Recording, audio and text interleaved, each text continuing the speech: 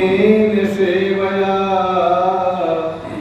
उपदेक्षयन्ति ते ज्ञानं ज्ञानिनस्तत्त्वदर्शिनः। भगवान श्री कृष्ण अर्जुन को कहते हैं कि उस ज्ञान को तू तत्वदर्शी ज्ञानियों के पास जाकर समझ। जो मेरा ज्ञान है ये सभी को नहीं होता। जो ब्रह्म ज्ञानी है, जो तत्वदर्शी है, उन्हीं ज्ञानियों को ये मेरा जो ज्ञान है होता है। तो तुम उन ज्ञानियों के पास जाकर के उस तत्व ज्ञान को जाकर के समझो। उनको कैसे समझो? उनको भली भांत दंडवत प्रणाम करने से, उनकी सेवा करने से और कपट छोड़कर सरलता पूर्वक प्रश्न करने से वे परमात्म तत्व को भली भांत जानने वाले ज्ञानी महात्मा तुम्हें उस तत्व ज्ञान का उपदेश करेंगे। प्रेम से बोलिए कृष्ण भगवान की जय। बड़े सौभाग्य की बात है, महागौरी मंदिर प्रांगण में श्रीमद् भगवद गीता प्रत्येक रविवार को समय 10 बजे से 12 बजे तक भगवान श्री कृष्ण की कृपा से निरंतर गतिशील है। और इसी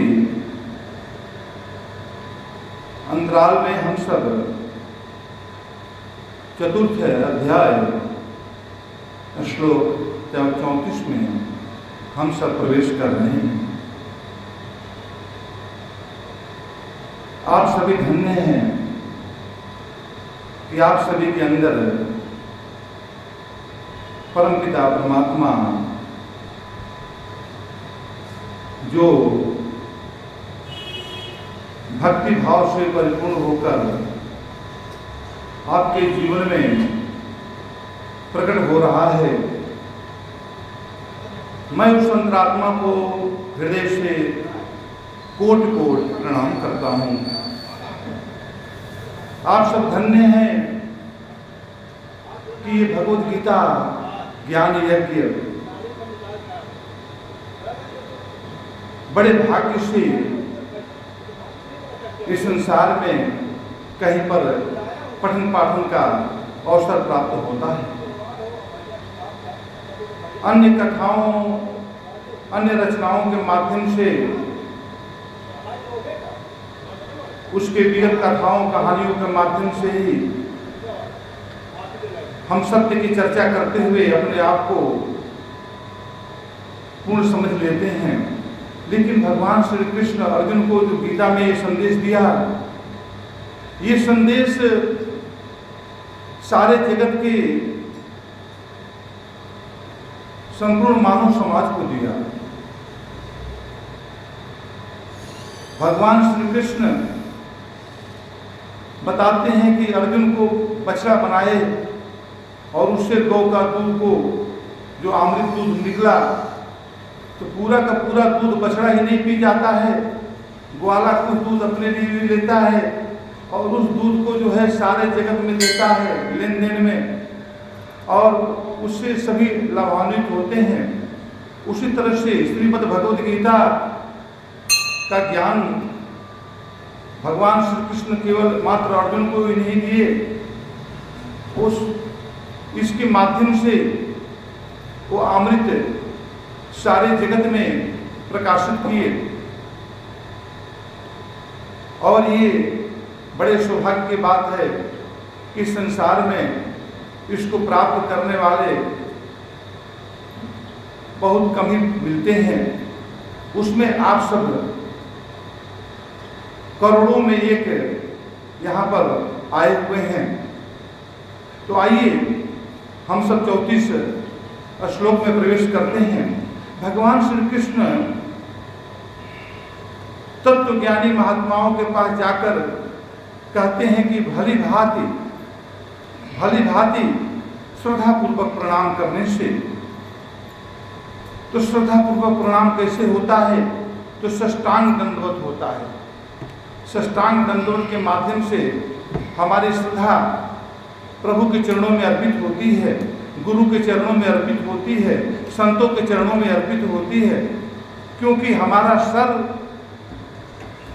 और गुरु का चरण, ये दोनों का जब तक से मिलन नहीं होता है तब तक से श्रद्धा की उत्पत्ति नहीं होती है, तब तक से वो श्रद्धा पूर्ण प्रणाम के पूर्णता नहीं प्राप्त होती है। और कहते हैं कि सेवा करने से, सद्गुरु की सेवा क्या है, संतों की सेवा क्या है।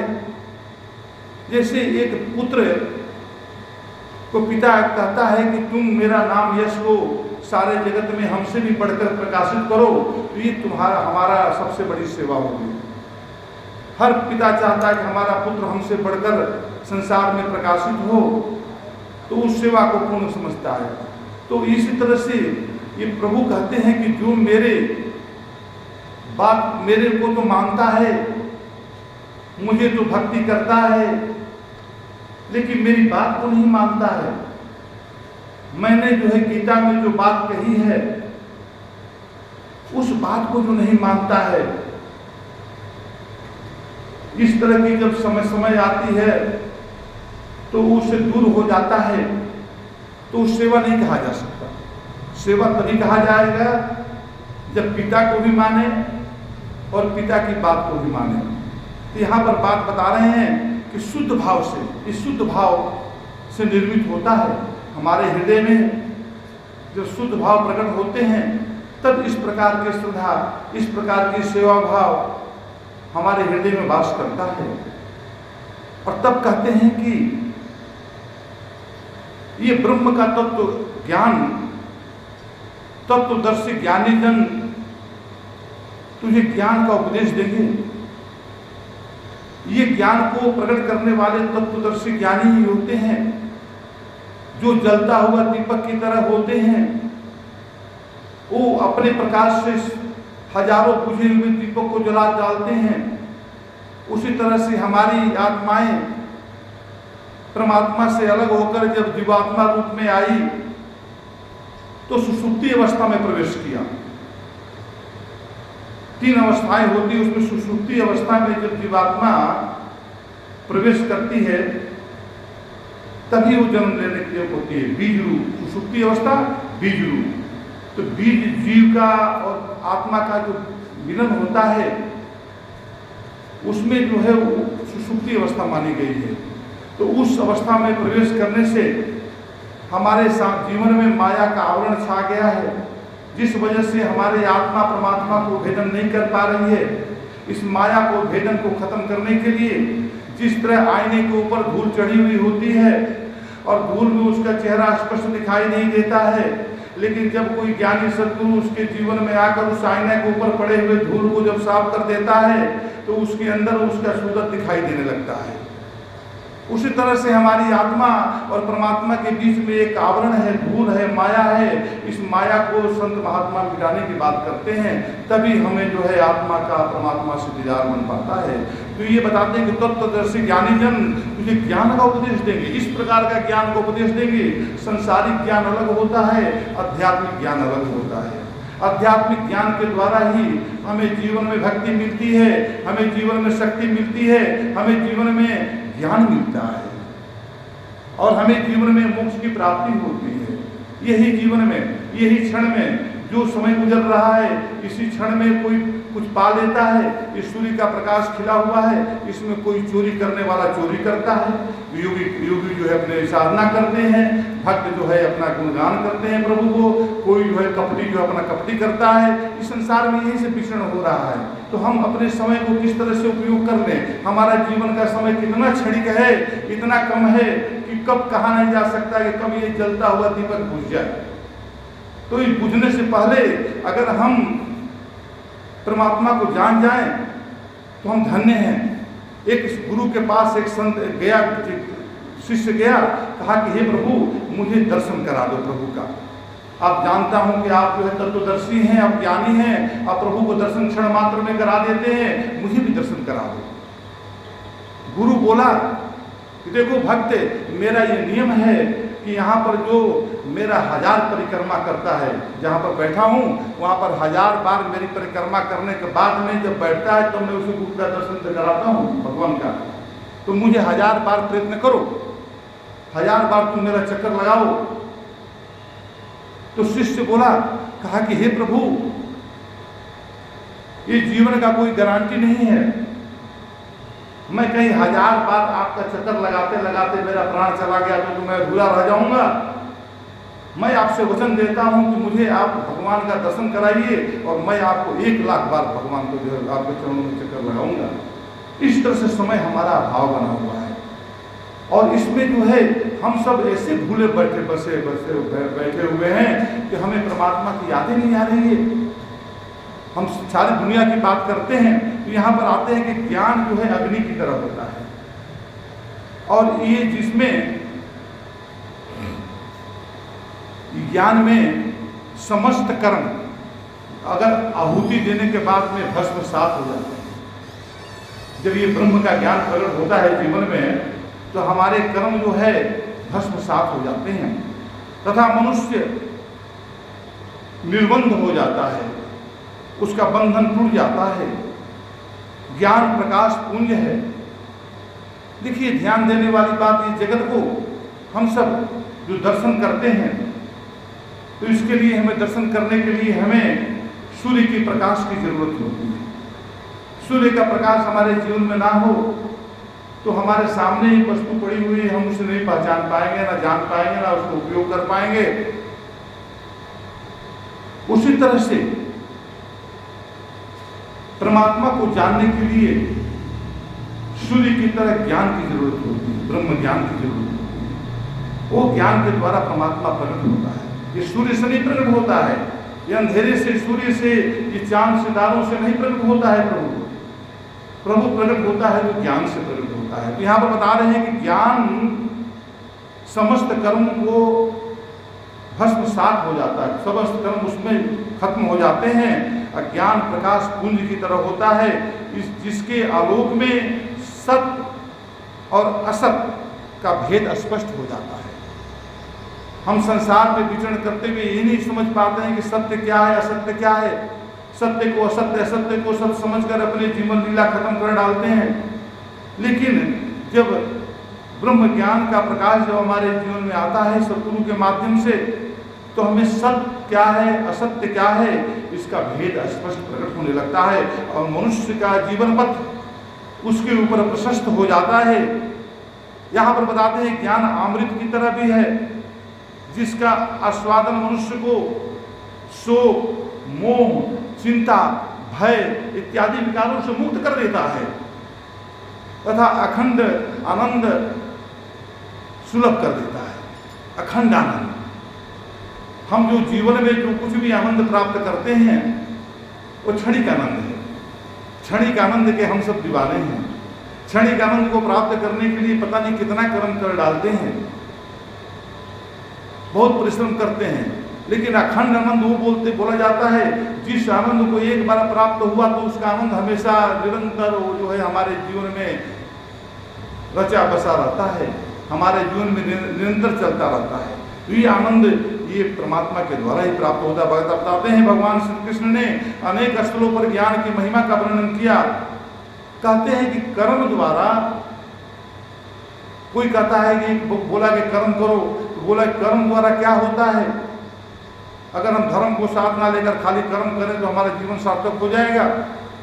तो कहते हैं कि कर्म द्वारा चित्त शुद्धि होने पर, हम कर्म का हमारा भक्ति के साथ समन्वय करके जब हम कर्म करते हैं तो हमारे चित्त की शुद्धि होती है।